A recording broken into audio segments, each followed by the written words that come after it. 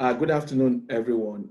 My name is Taiwo. We are making this presentation for Acme CPG as it addresses their international procurement. The product of interest here is palm oil, and Acme will be procuring this from Malaysia and transporting all the way to Barrie, Ontario, where they have the DC. The packaging of this product is in liquid totes. The dimension of the totes is 44 inches by 44 inches by 39.5 inches. That is the length by breadth by the height. One tote contains 1,000 liters of palm oil and it weighs 1,000 kilograms. In other words, 1 ton. The unit value of a tote is 865 Canadian dollars. We'll be shipping 40 EUs of the product. And this comes to 240-feet containers. Let me mention that 1 TEU contains 20 totes. The totes, single totes are placed on pallets, and 1 TEU contains 20 of these. So the price of the 1 TEU costs 17,300 Canadian dollars, and we'll be having 4 of these. So our total shipment comes to 69,200. And like I said, the country of origin is Malaysia. The very place in Malaysia is Selangor. So going forward now, we'll talk about the model recommendation. We are recommending to Acme to combine trucking with sea transport. There are 3 stages of the transportation. The first stage is from the seller's facility in Selangor up to the Malaysian port in Klang. From Klang, it moves to Quebec port, and from Quebec port, it goes finally to the DC in Barrie, Ontario. So for the initial journey from the seller's facility in Selangor, it is trucking. The distance is 6.21 miles, and the trucking will cost $50. It takes place in 1.5 hours. It goes from there to the port, and we are recommending here that the main carriage should be by sea transport. The sea transport will cost $11,124 from the port in Malaysia to Quebec port. When it gets there, the final and the last mile will take place via trucking again to Barrie, Ontario, and this would cost $2,192 for 584 miles. This would happen in 2 days, and we have the product at the DC. This product we are importing here is a heavy product. 1 tote, I said, weighs 1,000 kilograms, and we have 80 of those. We have considered very well the other options to this transportation recommendation we are offering here. The initial part of the journey that takes place in Selangor to the Klang port has to be by road because there are no other means available for that option. So the option will be that has another option is the main carriage. The other option available there is air. Like I said, very heavy material we are talking about here, containerized and packed in totes. The cost of air transport is going to be $188,000, and it will happen in 4 days. Yes, very fast. It has collapsed the transit time from 40 days of marine shipment to 4 days of air shipment. But this cost, what do we do about it? A whole $188,000. It does not make economic sense to us. We have factored in the cost of money and all. So our model recommendation remains sea transport for the main carriage. So having said that, I pass the responsibility to to the other members of the team to do justice to the rest of the slides. Thank you. Thank you very much, Taiwo. My name is Charles. I'll be talking about the Incoterm recommendation that we're gonna give to AGMI to sort of engage in the international trade. Looking at the Incoterm that was stipulated or that was given to us by the seller, first of all, we want to explain to AGMI what Incoterm means. Incoterm is an international trade regulations that actually regulates import and export between a seller and a buyer. So it also gives the seller and the buyer the risk and the responsibility associated with the trade. So for a company to engage in international trade, what they have to look for is that they need to establish the risk associated with it, the responsibility that they are going to take. Each and everybody is going to take this kind of understanding must be there in order for the sale of contracts to be sealed. So looking at what the seller actually put in place for AGMI, he said he's comfortable with 4 modes of Incoterms, and we carefully did analysis of these 4 modes of Incoterm to ascertain which one is best for AGMI to embark in the international trade. Looking at it, we came about to have the CPT. Can you please go back for me? CPT, which is the Incoterm that we want to engage in the international trade. Why are we engaging with CPT? Because when we look at Ex Works, the AGMI is going to have a problem or is going to encounter difficulty with cross-border trades. So that one is a no-go area. And it's also going to give the seller less responsibility because AGMI is unfamiliar with all these international trade processes. It's not actually prudent that we give him that, we expose him to such risk. So the seller need to have a lot of responsibility in order to transfer the product to us. So that's the reason why we are not going for Ex Works. We are not going for FCA because AGMI has to go and organize all the transportation modes in Malaysia, Selangor, and also organize the transportation mode inbound. So it's going to give a whole lot of stress to AGMI. So we also did not recommend FCA. It was between CPT and CIP. They all have the same relationship, but with CIP, the rules state that the seller is supposed to have a minimum insurance cover for the product that's going to be shipped from Selangor. That's our product, palm oil. That's going to be shipped from Selangor, Malaysia to Kobe Port. We did not choose that because the seller, as a business person, we cannot ascertain the quantum of insurance that will secure or that will safeguard the investment of AGMI. So we chose CPT in order for AGMI to have its own risk.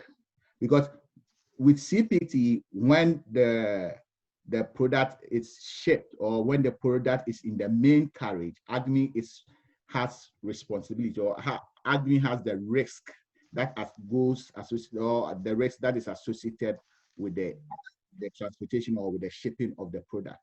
So in doing that, it is prudent for AGMI to have its own insurance to safeguard the investment that is making. This is a huge investment, and thereby we cannot actually look at anything that is going to delay or anything that is going to affect the whole investment. And with this type of Incoterm is also going to help ADME to either still use the 3PL transportation that is using inbound to also carry the product from Quebec port to the DC of ACME. So saying that it is very prudent for ACME, number one, because it's not unfamiliar with the trade, to go for CPT. Number two, because it's going to give him less responsibility. It's going to allow the seller to also carry the product up to the port. Then ACME is going to take for that. It's going to have a less risk, and it's also going to give ACME the ability to insure its product, and it's going to have responsibility of carrying its product inbound. Having said that, I'll let my colleague CJ take over, Sylvester, to take over and talk to us about the compliance. Thank you. Okay, good morning, I'm Sylvester. I'll be talking about the compliance issue that ACME needs to follow in order to import the product from Malaysia. Actually, HS codes, the harmonized coding system is actually a standardized international coding structure that is being used for product descriptions in international trade. This code is used to identify the product and also for custom issues. So the right HS code will actually determine the duty that ACME needs to pay. Then now I'll be talking also about the rules of origin. For the rules of origin, Canada and Malaysia are having a free trade agreement called CPTPP.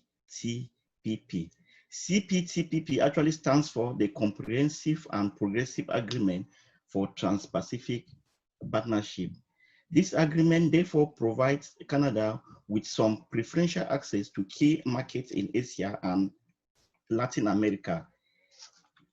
In a free trade agreement, the proof of origin is actually considered as the certificate of origin.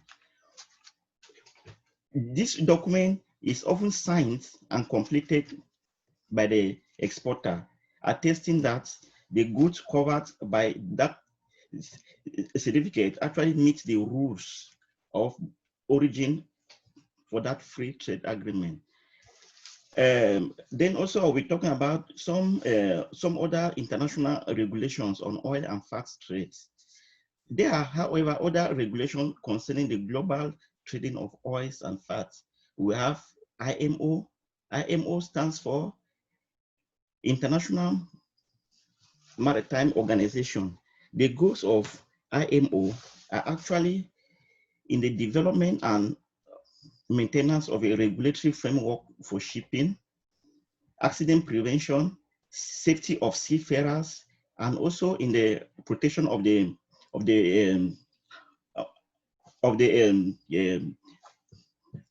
maritime environment. So we also have FOSFA. FOSFA actually stands for the Federation of Oils, Seeds, and Fats Association.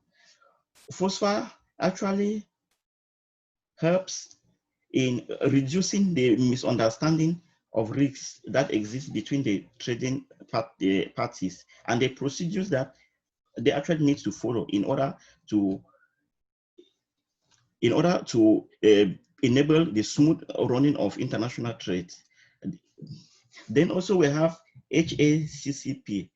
This actually stands for Hazard Analysis Critical Control Point, which is an international code of practice that needs to be exhibited by the two parties when doing international trade. So actually for ACME, ACME needs to understand all these rules in order for them to remain in compliance in international trade.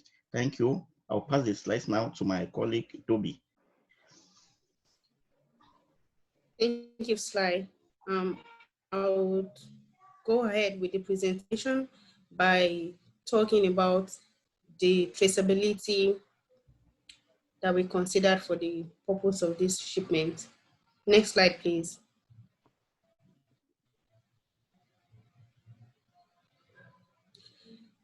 For the purpose of this shipment, we further made research about the documents we'll be needing to have a successful shipment, and we found that traceability document is actually needed for our product. There are some products that doesn't need traceability document, but our product is one of those products that were stated to tender traceability document. And as we all know, these documents enable us to be able to, it enables the product to be able to trace backward and forward in case there's any food safety issue that comes up, or in case of any food fraud that has been detected.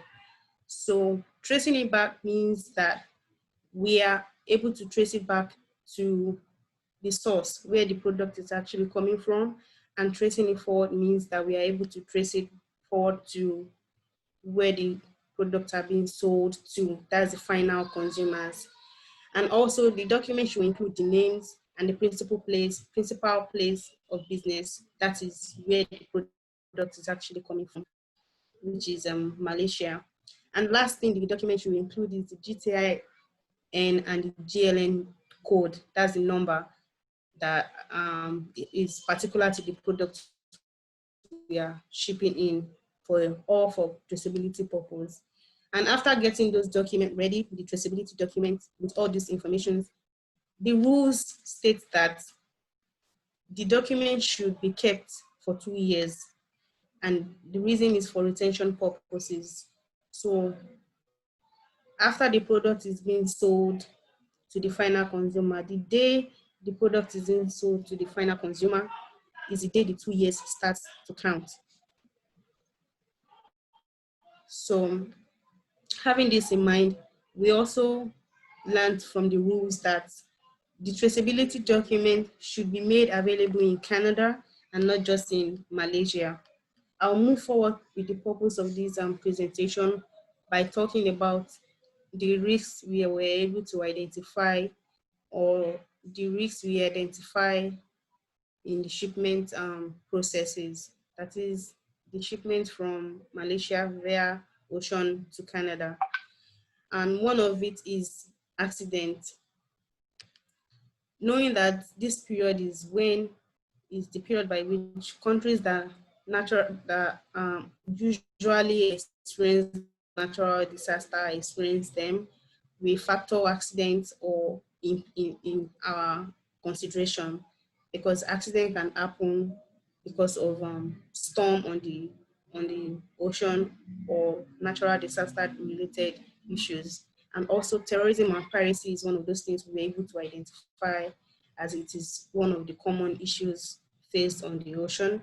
And then political risk is one of it. Though there are trade agreements in place between Malaysia and Canada, there is every possibility that the government of Malaysia would have rules that doesn't include, that the trade agreement doesn't capture.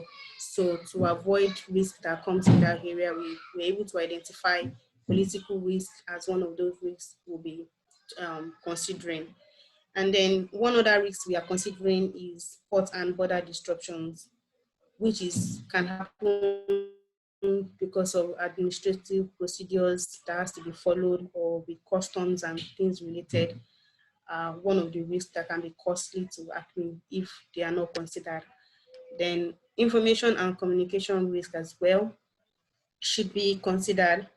When there is any issue of miscommunication or misinformation between parties or participants in the logistics process from Malaysia to Canada, it might be costly for ACME, as there might be a delayed process due to information that are not being passed through the right persons at the right time for successful clearing of goods.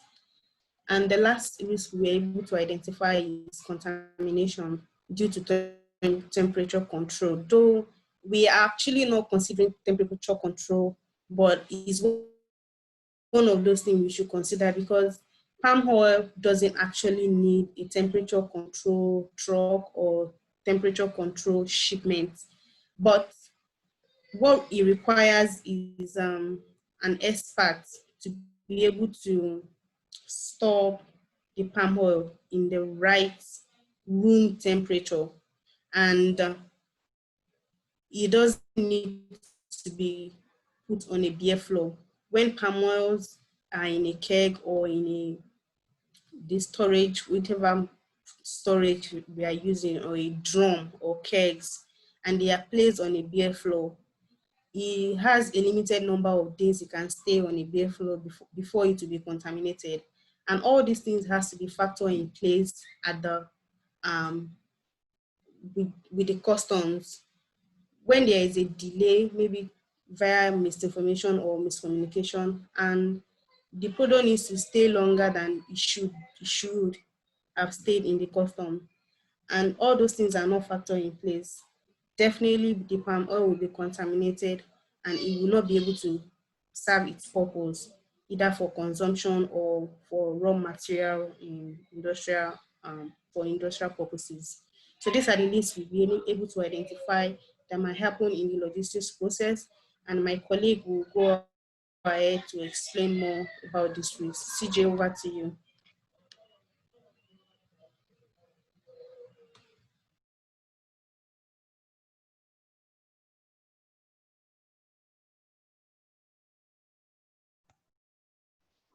Sorry about that. Thank you, Toby.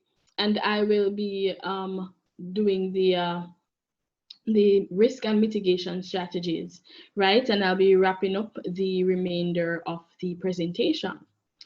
So the risk mitigation strategies is basically, it's not eliminating the risk, because everything has risk. It's just lowering the chances of risk of the shipment and the process. Right, so there's 5 that I'll discuss that we have chose. It is the adequate marine and road trucking insurance. This is to protect ACME as when cargo is at sea and on land, right? It's just a full coverage of, just safeguarding their side of the agreement. The second one that I'll be discussing is the event management software. The event management software is basically a reliable tracking device, right? It helps to give a better feel or a better real-time update to ACME with where the cargo is, the status of the cargo, and so on.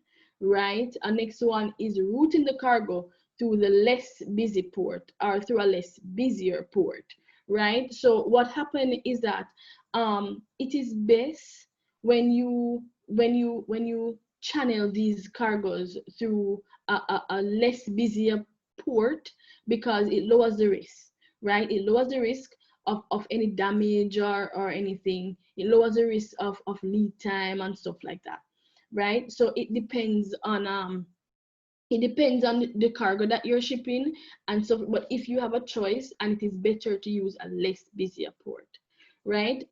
Employ reliable couriers or carriers with good track records. So I'm not going to ship my expensive piano through an unknown or a company with no record or anything.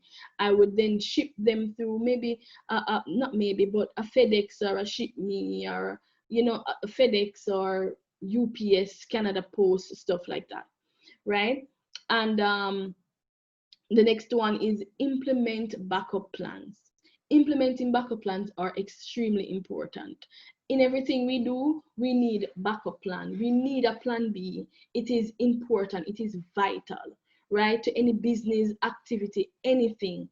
In a case where you need a power is out, just for example, the power is out at the factory, you have a backup generator, you have 2 backup generators, so backup is always good. A plan B is better than, it should be better than a plan A, right? So I'll move on to the next slide, which details the KPI that we have chosen, right? So these KPIs are cash to cash cycle, inventory turnover rate, freight cost per shipment, border delay, shipping time. The cash to cash cycle is is where Acme have purchased their goods, from the moment they have purchased the goods till the moment they have sell it to that customer. You know, that whole cycle is a cash to cash cycle. The inventory turnover